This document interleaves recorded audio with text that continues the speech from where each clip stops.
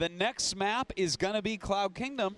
Yep, it is indeed. I think if we were ever to see, well, I mean, nah, actually there's a few other maps that we would see Slivko go Mutas, but I mean, Slivko could go Mutas here. It's certainly something that he does mix into his repertoire, and it's worked out well for him in the past, but you're right. Actually, I mean, coming back to that map that we just had Ohana there, I'm almost of the opinion in ZVZ now that countering the style that Zenio actually goes for with that, like, a lot of roaches just kind of stretching you thin later on, I'm of the opinion that walling off your full choke at Ohana, you know, the first one, not the ones with the rocks, just walling it off completely later on is actually much better for you. I tell you what, I could not agree more. I was actually thinking the same exact thing during that game. I was thinking, wow, because Slivko has this timing to win, but the roaches keep running by. What if he just made a bunch of evolution chambers? It seems like all Zerg's problems get fixed in every matchup with a row of evolution chambers. We keep doing this, Artosis. It all started at WCS EU. We were like, oh look, a lot of Hellions that keep getting into people's bases. Just make a lot of evolution chambers, guys. Well, let's go ahead and jump into this game. We can talk more about that in a little bit. Up here in the top right, he is tied up 1-1 right now, losing that last game. It is Slivko. And spawning down to the bottom left-hand corner here, as our blue Zerg. He's tied up the series very, very nicely in game number 2. He is Liquid Zenio.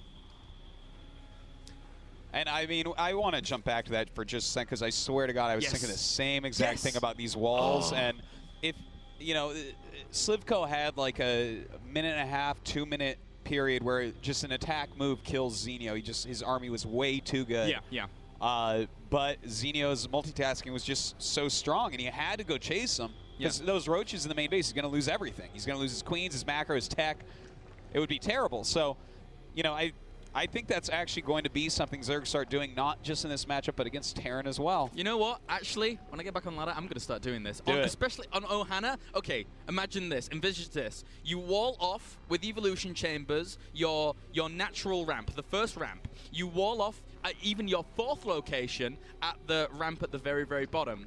Where can your opponent attack with roaches without being super delayed, and you then just attack down the path in between those two bases along your 3rd? They can't attack that either. Realistically, you're pushing down that area. That is actually kind of scary now that I think about it. It's a little bit scary, man. And, you know, late game, you're looking more for gas than minerals, so it's not a big I want big this. cost. I want this. I want it. I want to see it. Yeah. All right, well, back into this game. Slivko looks like he's going to be getting his gas a little bit slower here than Zenio, already mining his gas. But this is, you know, that same thing that we always talk about, you know, 2 different builds going right towards the same exact goal. Yeah, exactly. You just, you know, the hatchery timing and the pull timing, 15 hatch or 15 pull, sort of end up just negating one another with the queen timings, with the way in which lava works out across those lava injects. And right now we just have Zenio adding on his 2 queens. Mr. Slivko getting his first queen, but as soon as that hatchery pops, he'll be slightly behind in lava, but really not that much. Yeah, not a big deal. Well, so you were talking about will Slivko go mutas on this map? Because we haven't seen him go mutas yet. Of course, Zenio going for those mutas last game, and, you know, they were somewhat effective. But losing them, I felt a little bit too early, maybe. Yeah. But this map muta, I do like mutas here. I really, really do.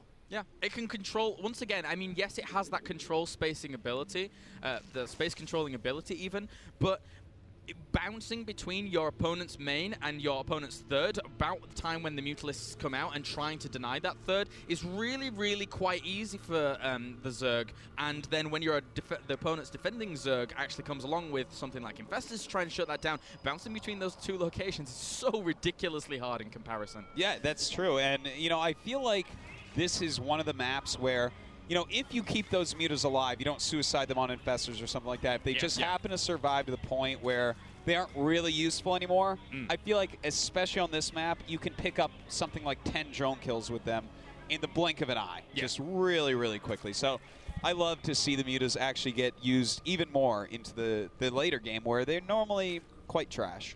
Yeah, they can work out really well. If you can retain them, they can work out. Your opponent oftentimes ends up being just like Roach, Infestor, Hydra all clumped up in one location, and then they dive in once again. You're like, oh, I forgot about those for a second there. So we'll have to see how that's going to work out. It looks like Zenio here wants to continue his little aggressive stances. And look at this, a relatively quick layer here for Slivko whilst this aggression ensues. And look at that. This is actually a really well timed. He actually ends up getting, I think he only got one drone. Okay, two drones, but yeah. That's pretty nice overall because he actually only skipped down a couple drones to get those extra units out. And, well, he has a Baneling out here. I don't really foresee him doing very much so because already at home, he's going for that lair, and he's going for the Roach Warren and Evolution Chamber. Yeah, look at what Slivko might be doing as well. No Evolution Chamber for him just yet. All those gases finishing up with that layer on the way. And he decides to throw down the Evolution Chamber. I hate you, Slivko. He does not want to go Mutas for you right now. Well, you know what? He's been playing so well, I'll just go with whatever he wants to do for now. Yeah, that sounds good. All right, so, I mean, oh, he throws down the Spire anyways. Yes. And I got to check something here. This is a little bit funny. Okay, you know what? Did the Zerglings saw the Roach Warren and Evolution Chamber. All right. So this Spire may be because of that. Yes, very much so. He does start his +1 attack, but you know what? If he makes a big batch of Mutas when this finishes up, Zenio could be in a lot of trouble. It's just going to be one round. It's that fake that Vortex is doing, realistically, I think. You know, I feel like that's for when the Spire gets scouted, though. If your Roach Warren has been scouted, I think he needs to make the full, 8 Mutas. It still works, though. I think it still works. You know, if you fly in, sorry to argue, but... No, please. As they fly in, your opponent has that panic mode, right? That panic moment where they're like, oh, God, well, you know, those Muta lists are flying in. Ooh. That well, it was a nice connection. Don't know what to tell you. But... I mean, still, they can actually be shut down pretty aggressively with the infestation pit timing, so it can go either way. You are right. Well, I don't know. I want to see about 8 of them because this third base being taken at this time by Zenio, I feel like that's something that can absolutely be shut down. He's one of these Zergs that's only made 2 queens so far, and there you go, 7 Mutas. He doesn't have enough gas for another one. I guess I'll let that go. But with these 7, I think he can probably force a cancel or a kill on this hatchery. Not necessarily. There's probably going to be a Spore walking down pretty soon, but he has the chance to, and I think it's worth making him for that chance. I'm pretty sure Slivko was anticipating this being scouted out, right? Over the past couple of games, he's evaluated the timings at which Overseers have come in and had a look around. And right now, I'm under the impression from here on, he doesn't produce any more Mutas. Unless he sees some super vulnerable weakness here, he doesn't produce any more. He just controls the map. He just gets himself up a 4th base, actually, in an interesting location. And from there on, goes straight into the Roach Infestor. Yeah, I actually really like that. And I do agree. There's no way he's making any more Mutas at this point. You make your first set of Mutas. It's just a matter of how many Mutas do you make. Yeah. And these 7, he's a target on Overlord, so he's not going to stop this third base. He's not going to kill you. He's going to do a little bit of damage, perhaps, but that's about it. And with these Mutas out now, he's going to have some sort of... Oh, my God, that's a good fungal growth.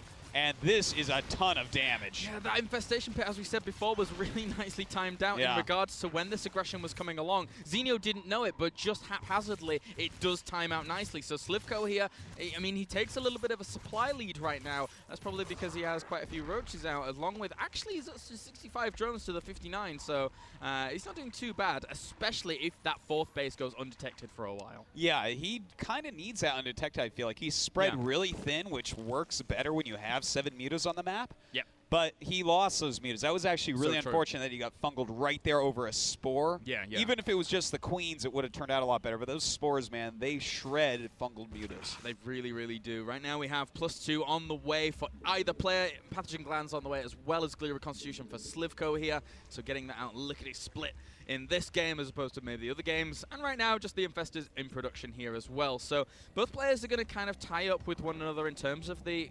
compositions, in terms of the economical position, until Slivko just transfers a few workers over to that 4th base. And I mean, even with these 3 Mutas still out, it's going to be hard for Zenio to scout out that 4th base. Yeah. I mean, he might be able to make a little batch of Speedlings and send them around the map, something like that. But otherwise, I mean, the Overlords aren't going to do anything. If he makes, you know, an Overseer, that's going to be hunted down very quickly. But he is going to this Hydralisk tech, and I like the choice for Zenio. You know, he didn't go Mutas. The Mutas didn't do a lot of damage. He got his 3rd base up reasonably quick. I feel like this is a great army he's making right now so that he can actually push out and be the stronger one on the map. Yeah. While Slivko, he's throwing up his Hydralisk Den now, but I think he needs to focus on Roach Infestor for a little bit longer. And maybe just long enough to get this 4th base to kick in, basically. He needs to run around the map and keep Zenio at home. And look at this, Artosis. I'm actually really happy to see both of these players sticking around 70 drones. Yeah. 70 drones, in my opinion, in ZVZ when it gets into these periods of time, and maybe even down to 60 drones. That can sometimes be okay as well.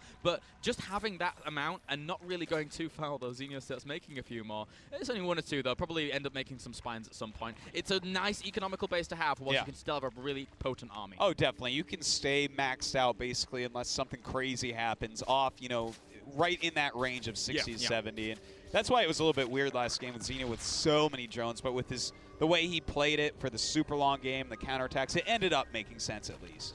Right now, Zenio still does not know anything about his opponent's 4th base. He thinks this is the 4th, so behind it, he's claiming his base as well. And right now, he is 1 base behind, so Slivko's, I would say, mind games, in inverted commas, are actually working out pretty well here. And if he can just keep hold of this, if he can just keep stabilized, he should be in a very, very nice lead. Well, right now, Zenio has found that actual 4th base, so we're going to have to see what he actually ends up sending over there. Has a couple Overlords seeing it. So, yeah, this is something that's really important, but he is trying to attack down this ramp. A lot of infested Terrans being thrown out right now, some good fungal growths as well, and Slivko just holding tight. Oh, Zenio, meanwhile, behind him is actually getting himself that hive pretty darn quickly, actually moving across with some of the roaches, finding it, and having that vulnerability of spreading yourself thinly. Slivko right now could be in a bit of an odd situation, especially if he loses that hatchery here. A little bit of economic disadvantage, potentially, for Slivko eventually. And during this time, Zenio is moving another army up to hit the other 4th base, so he's eliminated this one, pulled the army of Slivko down, and now he's going after that other 4th base. And if he could hit that, well, actually, now with Slivko moving down towards his 4th, a big batch of those roaches coming back and just a few being sent towards the other 4th. Unicam Station, 44 roaches out right now against the 41, 6 infestors against 12. Slivko has a huge, huge lead in terms of those infestors. They push in, they have so much energy for those infested Terrans as well as fungal growth. He could actually do a lot of damage here. His entire army is engaging at this one location while Zenio is trying to pull him back with some roaches. He's forced to sacrifice the 4th, but also Zenio doing a lot of damage back at home as well. He is doing a lot of harassment damage, but this is just heads-on damage that Slivko's doing. I'm getting really scared for Zenio now. He overextended on that defense in the 4th, and now he's being overrun. He's going to lose this 3rd base. Oh, he is. Oh, he's so far down on supply right now. It's 68 workers, and actually a few of them are being killed off once again still here by Zenio, but still Slivko powering down this location. More roaches on the rally here to try and kill this off. Drones coming off the line as well. Zenio realizes in trouble. Slivko has so much DPS here. Can Zenio hold? No, I don't know if he can hold this base, but he is rallying back very well right now. Even bringing down a queen with a lot of energy, could get some transfusions. In the meantime, a lot of Slivko's rallied units were up dealing with the roaches at his 3rd, so Zenio may be able to rally a defense simply because of that little harassment group. He needs to save those infestors. They really need to stay alive. He doesn't have an overseer there, so he can't actually kill them off. The roaches are coming for the save as Zenio tries to push forwards, but he overextends just a little bit there, and right now he's forced to retreat once again, and pause here by Slivko. Oh, all right. Oh, my. All right. No headphones on. His headphones are off, so we'll keep it extremely vague. Yep. Wow. This has been crazy back and forth. Nothing but action. Yeah, nothing but action. Did you go swimming yet? No. I'm going to keep asking you this, man. I have not been able to go swimming. I actually pulled my back out this morning to pick up the baby. Yeah. I mean, a little bit sore, but I'm feeling better. I took some medicine. Heavy, man. She's getting heavy, man. Yeah, yeah. It's surprising. All right, okay. All right, he has those headphones back on. Yeah. So that little counterattack to the 3rd base, you know, he had to rally a bunch of roaches up there to stop it. If that rally had come straight down, he may have been able to keep breaking through. Yeah, yeah. So he's still up in supply, though. We'll see if he can actually end up pushing Zenio back once again. I mean, during all of that actually happened, they actually went for very even trades in terms of drones because Zenio had to pull everything off the 3rd to try and defend. Yeah. And because Zenio was putting on the aggression at his opponent's base, it's like 30 workers killed to 30 workers killed. So it's 50 to 49 workers right now. So yeah, that's very close. Yeah. The one thing, though, is that Slivko saved his infestors where Zenio did not. Yes. That's the only advantage we see anywhere in this game right now is the fact that Slivko has 6 infestors against just 1 of Zenio. And in fact, Slivko's making 8, and Zenio's only making 2. So Slivko has definitely gained an advantage throughout this. This one Mutalisk up to the top left. There's 3 Overlords like chilling out near him, and I would love to see him kill. Just go around and kill him. Although they do have pneumatized carapace now, I believe. So should be okay. Yeah. He should be able to get away. Yeah. All right, so he's got to fix whatever problem he's having right there. Could be a frame drop, something like that. Yeah. We don't want anything to compromise any of these games. The only drops we want are Baneling drops. Too true, man. On Hydralisks. Yes, that would be cool. pretty wild, yeah. I think they could gun down those Overlords pretty quickly. Oh, yeah, Get they that could. really quick carapace for the Overlords. Yeah. Yeah, Actually. that flyer carapace. It's good, man. Someone starts upgrading armor for Overlords just to make sure, like, they can wait, do they benefit from flyer armor, I guess? Yeah, they do. Yeah. Wow. Absolutely. All right, okay. That's why I always, after Warp Gate Tech, go for quick air armor for my observers. Yeah. One extra shot from those missile turrets, man. It's sick. Great. All Cheers for that. All right, so here we have, right now, the 4th base going back down for Slivko. I love that choice. You know, he's got these infestors. He wants to build up some more energy if possible, and he can stay on the defensive, but in fact, he's going to move across. I think he's sniffed out that he may have a lead here as far as units go. Wait a minute. Half of these infestors are burrowed and the other half aren't. Is he trying to... There's no way he's trying to fool him into thinking he has less infestors, right? I don't think that's what's going on. It's No. like too funny the way that It's kind of weird. their place. It doesn't quite compute. So, Hello. yeah, especially on his hockey. So, anyways, he is pushing down into this 4th. Definitely going to get a cancel. Used a lot of infested Terrans here, though. Like a lot. Yeah. 18 of them. Ooh, and got the kill, not the cancel. Oh, nice. But I feel like he should actually pull back for a moment. You know, yeah, you have more infestors, but you just used a lot of energy for something that I don't think he needed that much to actually get in there and force a cancel. He started Vengeful Sex for a second there, and I was getting excited, and then he was like, no, pneumatized carapace. Yeah. I was like, oh, okay then. So the one advantage that Zenio has right now is the fact that he has his hive out, he's getting +3 weapons. He's getting a lot of Hydralisks as well as a lot of infestors, and thus that +3 weapons, if he can get it out in time, which he might not be able to here with Slivko poising for some kind of assault, then he could be in an alright position. But Slivko's maxed out, he's going to go for the aggression, he has the bank behind it, and with that, all of these things work together to make it very, very hard right now for Zenio. Yeah, Slivko has more Hydras, more Roaches, and 8 more infestors. Oh. He should be able to go win the game right now. He should be able to kill the army of Zenio, especially if he advances like this low ground versus low ground, not into any sort of concave. So now he's actually grabbing himself that hive as well here. So Slivko's still playing it kind of safe. He doesn't really fully know where his opponent is in terms of the position or in this game. So he's just going to play it cool, calm, collected, and he's just adding on a few spines for the defense. You know, it's really hard to actually, as a Zerg player in ZVZ, know exactly where you're at. It's almost impossible to scout the whole army. So here we go. He is pushing forward right now. A lot of his units actually being fungled. Some good fungals as well as Hydras all on the left side here. And just a ton of infested Terrans going down. Wow, that huge amount of infestors really paying off for Slivko here. Yeah, it really is. He did hit. I mean, Zenio did get time to actually get his +3 weapons out, but it's completely negated by the fact that Slivko just has absolutely overwhelming power on his side. The infested Terrans now waddling forwards, trying to find some damage where they can because, I mean, it's not really useful having them stand there and just killing themselves. Well, at least the attack move might end up killing a unit. No, not quite, but that's fine. You know, look at the supply right now. Slivko is up by 80. So, you know, he just needs to sit back and get more energy. This is kind of what you do from here. Zenio can't afford really anything, not to max back out, not to get Ultras or Broodlords.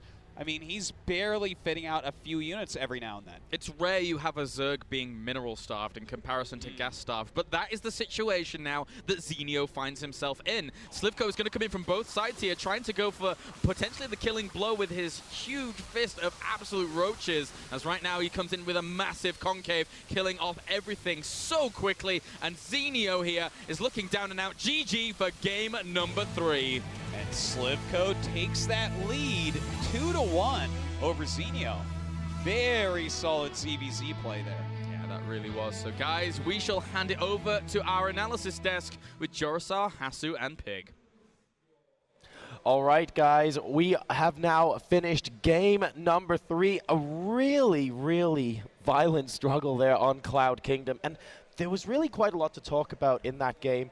That final engagement, of course, where Zenio actually had +3 finish halfway through that engagement, but it just came a little bit too late. Yeah, he had to take the fight right before +3 finished, and also, like, he was low on infestors the whole game. Like it was 3-14 or something at one point. Yeah, he really was. And yeah, the game was pretty long, so a lot of stuff happened. I took some notes. Like there was like a small harassment at the third base where Of Slivko. yeah. Like Zenio sent a lot of Zerglings and lost, I think, many Zerglings to only like a few Banelings. Yeah, or like one Baneling. a really nice defense. Yeah.